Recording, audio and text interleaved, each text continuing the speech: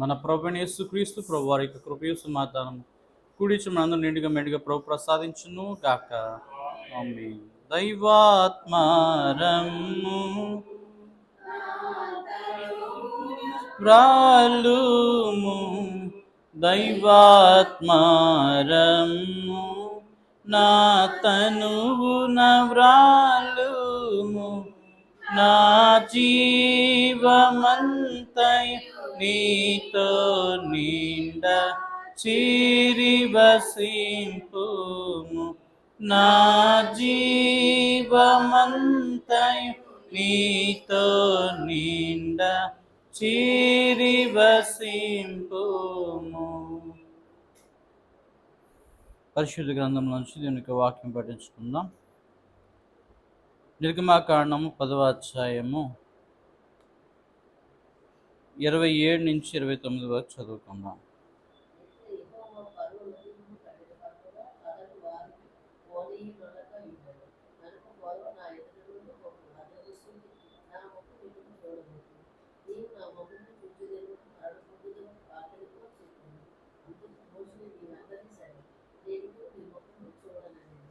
చాలండి. ప్రియమైన దేవుని పిల్లారా, మరి ఈ దినమందు ఐగుప్తు దేశములో మిడతల గుంపును, అనగా వడగండ్లతో పాడైనటువంటి పంట పొలాలని, మిగిలిన వాటిని పూర్తిగా తినివేయటానికి దేవుడు తన సైన్యమైనటువంటి మిడతల గుంపుని రానిచ్చిన వారై ఉన్నారు, లేదా పంపించిన వారై ఉన్నారు. దాని పిమ్మట 3 దినాలు గాఢాంధకారము ఐగుప్తు దేశంలో మాత్రమే కమ్మింది, ఇక వేరే దేశంలో లేదు. కనుక అరచెయ్యి కూడా కనిపించు, ఎవరి మొఖాలు వాళ్ళకి కనిపించి ఎవరి చేతులు వాళ్ళకి కనిపించినటువంటి చిక్కని చీకటితో అంధకారము ఉంది అంటే ఎవరైనా పని చేయగలుగుతారా? ఏ పని జరగదు, ఫుడ్ తినలేరు, ఏమి చేయలేరు. అయితే అంతటి కటిక చీకటిలో దేవుడు 3 దినాలు వారిని ఉంచిన వారై ఉన్నారు. దేవుని మాట వింటే శ్రేయస్సుకరము. దేవుని మాట వినలేదు గనక మోషే గారు చివర అంటున్నాడు, ఇంకా నువ్వు నా ముఖం చూసావు అంటే ఇంక నువ్వు బతకవు, ఈసారి ఇదే లాస్ట్ అండ్ ఫైనల్ నీకు. మళ్ళీ నువ్వు ఇదే మాటికి నేను పోనీయనొల్లను అన్నామంటే జరిగే పరిస్థితి ఇది. అయితే ఫరో రాజు ఏమంటాడంటే, మీరు చాలా తెలివైన వాళ్ళు, అయితే నేను మిమ్మల్ని, పురుషులైన వారు మిమ్మల్ని అంత ఈజీగా నేను వదలను. మీ పిల్లలు, మీ స్త్రీలని ఏం చేయండి, ఇక్కడ వదిలేసి పురుషులకే రమ్మన్నాడు కనుక మీరు అందరూ పురుషులు అందరితో వెళ్ళండి అన్నారు. ఫ్యామిలీలో వదిలేసి వెళ్ళిపోయితే వాళ్ళు మళ్ళీ తిరిగి వస్తారు. ఎందుకు వస్తారు తిరిగి? వారి భార్య పిల్లలు ఉన్నారు కనుక వాళ్ళ పరిస్థితులు బాగోవు కనుక వీళ్ళు రాకపోతే వాళ్ళని ఏమైనా చేస్తారన్న భయంతో, అంటే మీరు వెళ్ళి రండి, మీ యెహోవా దేవుడు పురుషులనే పిలిచాడు కనుక ఏం చేయండి, మీరు వెళ్ళి చేసుకొని రండి, వీళ్ళు మాత్రం ఉంటారా అనగానే ఒప్పుకుంటారా? మరి అలాగా ఒప్పుకుంటారా? దేవుడు మా పిల్లల్ని, పెద్దల్ని అందరిని కూడా ఏం చేయమన్నాడు, వెంట పెట్టుకొని రమ్మన్న. మా కుమారులు, మా కుమార్తెను కూడా మేము ఏం చేస్తాం, తీసుకున్నాం. కుమార్తెలు తీసుకున్నప్పుడు భార్యలను వదిలేస్తారా? భార్యలు కూడా ఏం చేయాలా, తీసుకొని వెళ్ళాలి. కనుక ఫరో రాజు పెడుతున్నటువంటి పెండి ఏంటంటే ఫిట్టింగ్లు అన్నమాట అవన్నీ కూడా. కనుక వారి మాట, అంటే ఫరో మాట ఉంది, మోషే గారు లెక్క చేయలేదు, అలాగా తీసుకెళ్ళడానికి ఇష్టపడలేదు, ఒప్పుకోలేదు. కనుక దేవుని మాటే ప్రవక్తలైన వారు విన్నారు. ఆ దినాల్లో వినటం వలన ప్రజలకి శ్రేయస్కరము, వినిన వాడికి శ్రేయస్కరం. కనుక దేవుని మాటకు ఏ యుగంలోనైనా మనం దేవుని మాట చక్కగా శ్రద్ధగా వింటే మనకి అన్ని దీవెనలే. వినకపోతే ఏమొస్తుంది చెప్పండి? దేవుడి దగ్గర నుంచి కష్టాలు అయితే ఖచ్చితంగా వస్తాయి. దేవుడి దగ్గర 2 రకాలైనవి ఉన్నాయి. ఒకటి, ఆయన కుడి చేతితో దీవిస్తే ఏం కలుగుతాయి? కష్టాలు తొలగిపోయి సంతోషం కలుగుతుంది, మేలు కలుగుతుంది. కనుక ఆయన కానీ ఎడమకు తిరిగిన వాళ్ళ మీద ఏం చేస్తారు, ఇంకా ఆయన వారి వైపే చూడటం, వాళ్ళ వైపు హస్తం కూడా ఆయన చాచుడు. ఆయన చెయ్యి తీసేస్తే చాలన్నమాట. సృష్టిలో ఉన్న కష్టాలన్నీ ఎవరికి వస్తాయి? వాళ్ళకి వస్తాయి. అంటే ఆయన హస్తము కాపాడుతుంది కనుక, అందుకని ఆయన చేతిలో మనం ఏమై ఉన్నామండి, చెక్కబడిన వారమై ఉన్నాం. కనుక ఆయన అరచేతిలో మనం ఉంచుకున్నాడు. అరచేతిలో నుంచి విడిచిపెట్టేస్తే అన్ని కష్టాలే. దేవుని ఆధీనంలో స్వాధీనంలో ఉన్నంత వరకు మనకి శ్రమ తెలియకుండా ఉంటుంది. చాలా సందర్భాల్లో మీరు చూడండి, పిల్లలు కొంతమంది ఫ్రీడమ్ కోరుకుంటారు. ఏం కోరుకుంటాడు? ఫ్రీడమ్ అంటే స్వేచ్ఛా జీవితం కోరుకుంటారు. ఈ స్వేచ్ఛా జీవితం ఏమని కోరుకుంటారంటే, నాకు హాస్టల్లో జాయిన్ చేసి నువ్వు ఇంట్లో ఉంటే ఏం చేయవు, ఆడనివ్వు, బయటికి వెళ్తే ఏది పడుతుంది ఏం చేయవు, తిన్నవు, నీకు హాస్టల్కి వెళ్ళిపోతే నా ఇష్టం అనుకుంటాడు. ఆడికి అసలు విషయం తెలియదు ఏంటంటే హాస్టల్కి వెళ్తే జైల్లో పెట్టినట్టే అని. చాలామంది తల్లిదండ్రులు తప్పించుకొని హ్యాపీగా బతికేద్దామని ఏం చేస్తారు, హాస్టల్కి వెళ్ళిపోతారు. హాస్టల్కి వెళ్ళిన తర్వాత తెలుస్తుంది అన్నమాట. ఏమని? ఇంట్లో ఉన్నంత ఫుడ్ సదుపాయం ఉండదు, ఇంట్లో లేచినట్టుగా తీరిగ్గా లెగుతానంటే కుదరదు. అక్కడ అంతా కూడా ఏం చెప్పండి, టయానికి లేవాలి, టయానికి స్నానం చేయాలి, టయానికి వాళ్ళు తెల్లవారి జాగింగ్ అని, ఎక్సర్సైజ్ అని, లేకపోతే పెరడ్స్ అని ఏమైనా పెడితే ఏం చేయాలి, లేచి ఒక క్రమశిక్షణగా నడిపిస్తారు. హాస్టల్ అనేసరికి అందరికీ కూడా ఏం నేర్పిస్తారు, వాళ్ళు డిసిప్లైన్ నేర్పిస్తారు. డిసిప్లైన్డ్గా ఉండాలి, డిసిప్లైన్డ్గా తినాలి, డిసిప్లైన్డ్గా టయానికి ఏం చేయాలి, పడుకోవాలి. ఎక్కడైతే ఇంట్లో ఏం చేస్తారు, టయాన్ని పడుకుంటారా? కనుక డిసిప్లైన్డ్ లైఫ్ దేవుని మాట విన్నప్పుడు మనకు హాస్టల్ లాగా ఉంటుంది అన్నమాట. మన బ్రతికి ఎలాగ ఉంటుంది చెప్పండి, హాస్టల్ లాగా ఉంటుంది. కనుక నాన్నగారు ఒక కథ చెప్పేవారు అన్నమాట. ఎప్పుడైనా సరే ఏదైనా సందర్భం వచ్చినప్పుడు ఏం చేశారు, ఒక కథ చెప్పారు. గాలిపటం కథ. ఏం కథ అంటే అది? గాలిపటం కథ. ఈ గాలిపటానికి దారం కట్టి దాన్ని వదులుతా ఉంటే ఏమవుతుంది, గాలిపటం ఎగురుతూ ఉంటే మళ్ళీ లాగుతూ ఉంటే ఏమొస్తుంది, కిందకి వస్తూ ఉంటే ఈ గాలిపటం అనమాట. గాలిపటానికి ఒకవేళ మనస్సు ఉండి, మైండ్ ఉండి, దానికి తెలివితేటలు ఉంటే అది ఎలా ఆలోచిస్తుంది అనే విషయానికి దానికి ఒక కాకి అడ్డం వచ్చి ఏమంటుందంటే, గాలిపటం నిన్ను ఒకడు కింద నుంచి ఏం చేస్తున్నాడు, కంట్రోల్ చేస్తున్నాడు. ఏం చేస్తున్నాడు, నిన్న ఒకటి కింద నుంచి ఏం చేస్తున్నాడు, కంట్రోల్ చేస్తున్నాడు. ఒకవేళ నేను నిన్ను బాగా ఎత్తుకు తీసుకెళ్తాను, నేను ఎంత ఎత్తుకెళ్తాను అంత ఎత్తుకి నిన్ను తీసుకుని వెళ్తా. కానీ ఈ కింద ఉన్నవాడు ఏం చేయట్లేదు, నిన్ను దారం పట్టుకుని నువ్వు ఇంక ఎత్తుకెళ్తానంటే ఎత్తుకెళ్ళనట్లేదు, నీ కింద లాగేస్తున్నాడు. కనుక ఆడికన్నా నేను ఎత్తుకు తీసుకెళ్తానంటే నువ్వు ఒక మాట నాకు ఎస్ అని చెప్తే నేను నీ దారం కట్ చేసి ఏం చేస్తాను, నేను పైకి తీసుకెళ్తాను, అక్కడ తీసుకెళ్ళి వదిలితే నువ్వు ఫుల్గా బాగా ఎగురుతావు అని చెప్పింది. అంటే గాలిపటానికి ఎవరి మాట మీద నమ్మకం కలిగింది, కాకి మాటల మీద బాగా నమ్మకము కలిగింది. కనుక స్వేచ్ఛ కోరుకుంటుంది. ఏంటి, గాలిపటము స్వేచ్ఛ కోరుకుంది. ఈ స్వేచ్ఛ కోరుకున్నటువంటి గాలిపటానికి సరే ఓకే అని చెప్పి కట్ చేశాడు. కట్ చేసి పైకి తీసుకెళ్తే అబ్బా భలే ఉంది ఆ కాకి ఎగిరేంత వరకు తీసుకెళ్ళింది. దాని తర్వాత దాని నోటి నుంచి ఏం చేసింది, ఆ దారం వదిలేసిన తర్వాత ఏమవుతుంది, గాలిపటం ఇలా ఇలా ఇలా ఇలా అనుకుంటూ ఆ గాలిపటం ఎగురుకుంటూ వెళ్ళి ములకంచెల్లో పడిపోయింది. గాలిపటం షేప్ ఏమైపోతుంది, ఇప్పుడు మొత్తం అంతా చినిగిపోయి అక్కడ ఏమైపోయింది, ఆ గాలిపటం అవస్థ అంతా కూడా బతుకంతా పాడైపోయింది. అంటే దేవుని ఆధీనంలో ఉన్నటువంటి మనిషి సురక్షితంగా మళ్ళీ ఎంత ఎత్తుకు ఎదిగినా సరే మళ్ళీ ఆయన దారం కట్టినటువంటి గాలిపటాన్ని ఏం చేస్తాడు, తిరిగి తన చేతిలోనికి తీసుకుంటాడు.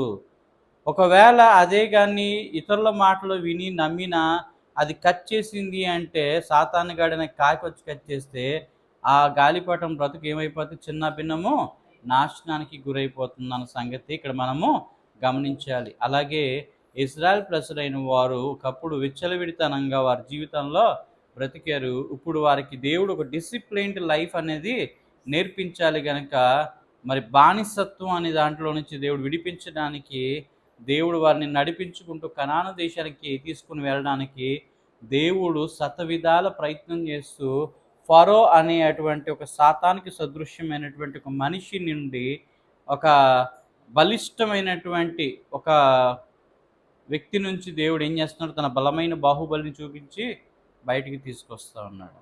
కనుక దేవుడే స్వయంగా దిగి వచ్చి మరి మనుషులైనటువంటి మోషే అహరోనును వాడుకొని మరి ఫరో రాజుకి బుద్ధి చెప్తూ దేవుడు ఏం చేస్తున్నారు, వీరందరికీ కావలసినటువంటి వనరులన్నీ కూడా ఇచ్చి వారిని ఆ దేశం నుంచి తీసుకొని వెళ్ళాలనుకుంటున్నాను. అయితే నేనైతే ఒక మాట అనుకుంటున్నా ఏంటంటే, దేవుడు ఇజ్రాయెల్ ప్రజలైన వారిని వారి దేశం నుంచి తీసుకొని వెళ్ళేటప్పుడు ఎవరిని చంపకుండా, ఎవరిని హతమార్చకుండా, ఒక్కరు కూడా చచ్చిపోకుండా వారిని క్షేమముగా ఆ పాలు తేనెలు ప్రవహించే దేశానికి తీసుకెళ్ళుంటే ఇంకా బాగుండేది అనిపిస్తుంది నాకైతే.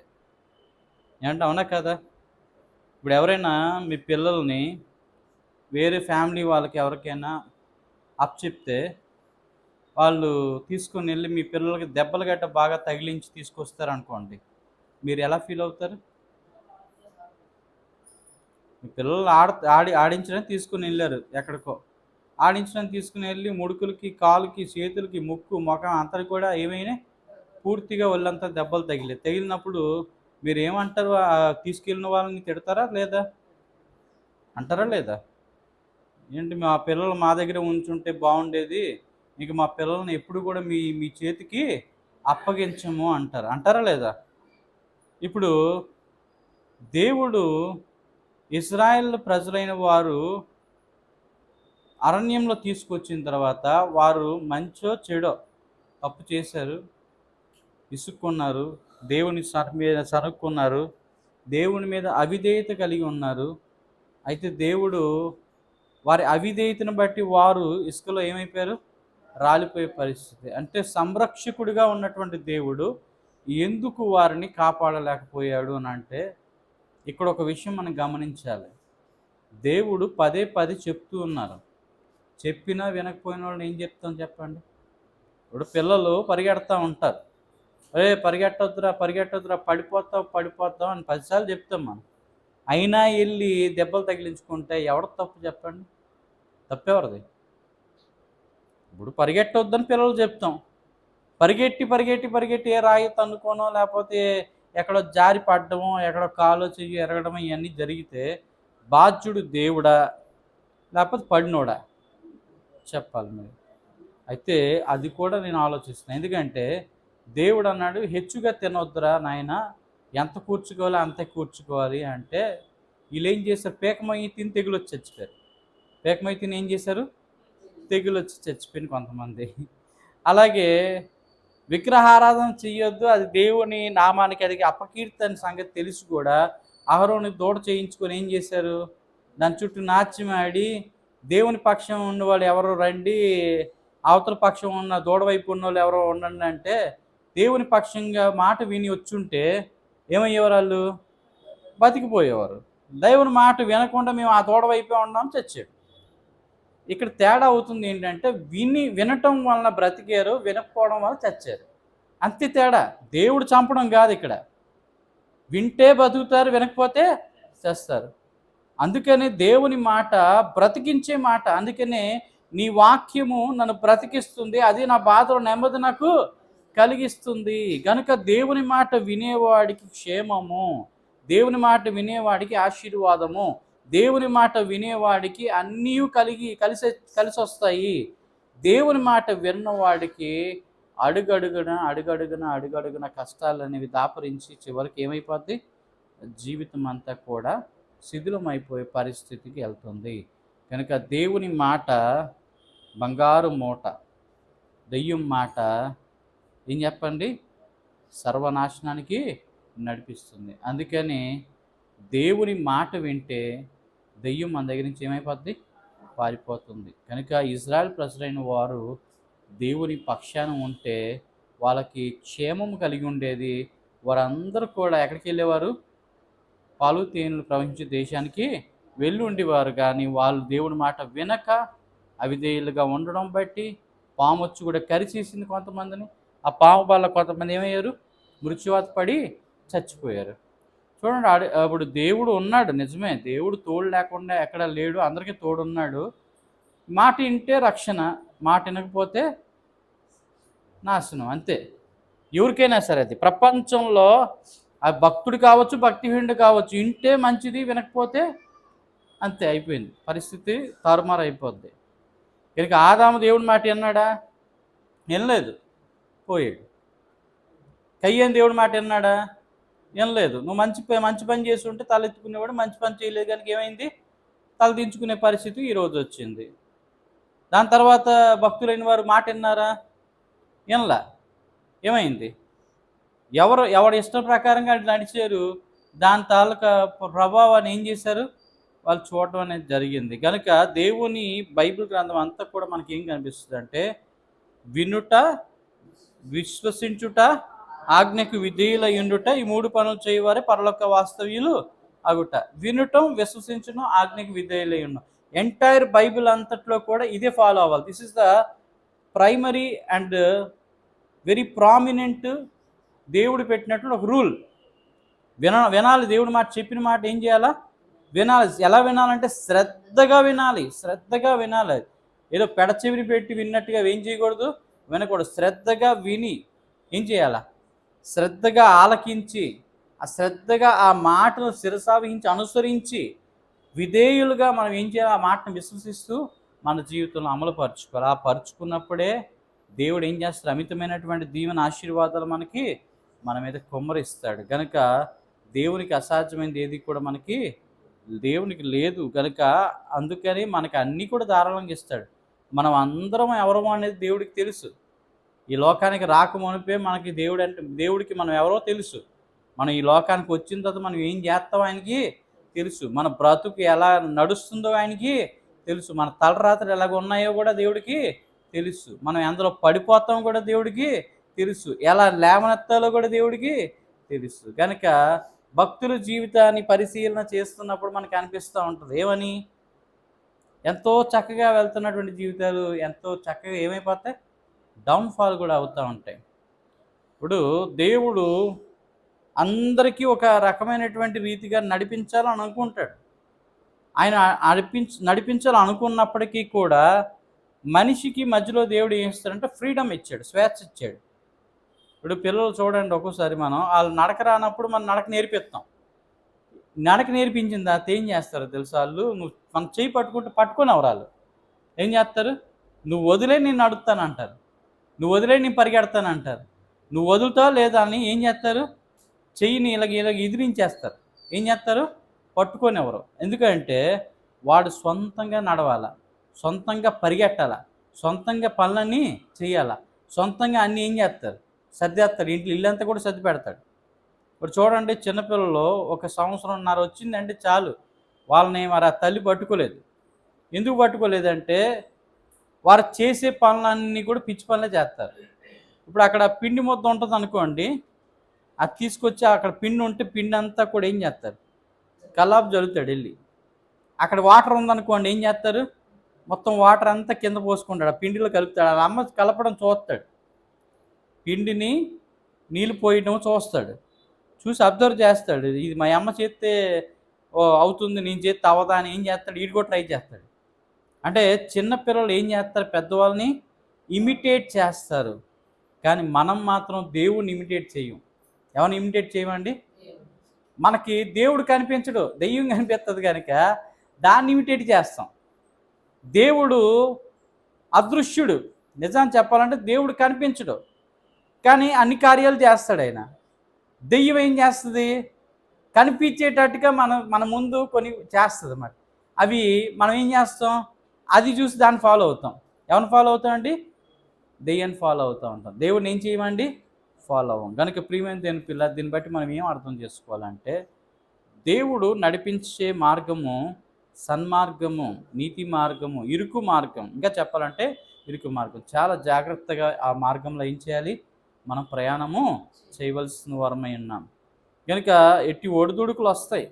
ఇరుకు మార్గంలో కూడా ఎలా ఉంటుందంటే శోధన వస్తుంది, వేదన వస్తుంది, అనేకమైన ఇబ్బందులు అనేవి కలుగుతాయి. ఎన్ని కలిగినా సరే ఆ మార్గం మనం ఏం చేయకూడదు? విడిచిపెట్టకూడదు, గట్టిగా పట్టుకోవాలి. అందుకనే యేసుప్రభువు వారు చెప్పిన ఉదాహరణ లేకపోతే ఉపమానంలో ఒకడంటే ఇసుక మీద కట్టాడు, ఇసుక దెబ్బ మీద ఇల్లు కట్టాడు అన్నమాట. వాన వచ్చింది, వరద కొట్టింది, ఏమైపోయింది? ఆ ఇల్లు కూలిపోయింది. ఇంకోడు రాతి మీద లేకపోతే రాతి కొండ మీద ఏం చేశాడు? ఇల్లు గట్టిగా కట్టుకున్నాడు. వర్షం వచ్చింది, వాన వచ్చింది, వరద వచ్చింది, ఆ ఇల్లు మాత్రం ఏమవ్వలేదు, ఫౌండేషను చిన్న మా ఇది కూడా సదిలం అవ్వకుండా దేవుడు స్ట్రాంగ్గా ఉంచాడు. అలాగే మన విశ్వాస జీవితం కానీ, భక్తి జీవితం కానీ, లేకపోతే దేవుని పట్ల మనకున్న శ్రద్ధ కానీ, నిజమైనటువంటి భక్తి అంటే భయము, భక్తి అంటే అర్థం ఏంటంటే నిజమైనటువంటి క్రైస్తవుడు చచ్చేంత శ్రమలొచ్చినా సరే, చచ్చేంత శ్రమలొచ్చినా సరే, దేవుని ఒక మాటను అనవసరంగా దేవుడిని నమ్ముకున్నాను, అనవసరంగా దేవుడిని నేను ఈ ఈ రకంగా నేను వచ్చాను, అనవసరంగా నా జీవితం ఇలాగైపోయింది అని ఏ రోజైతే దేవుడి మీద నిందేశామో ఆ రోజు మన విశ్వాసం ఏమైపోయింది?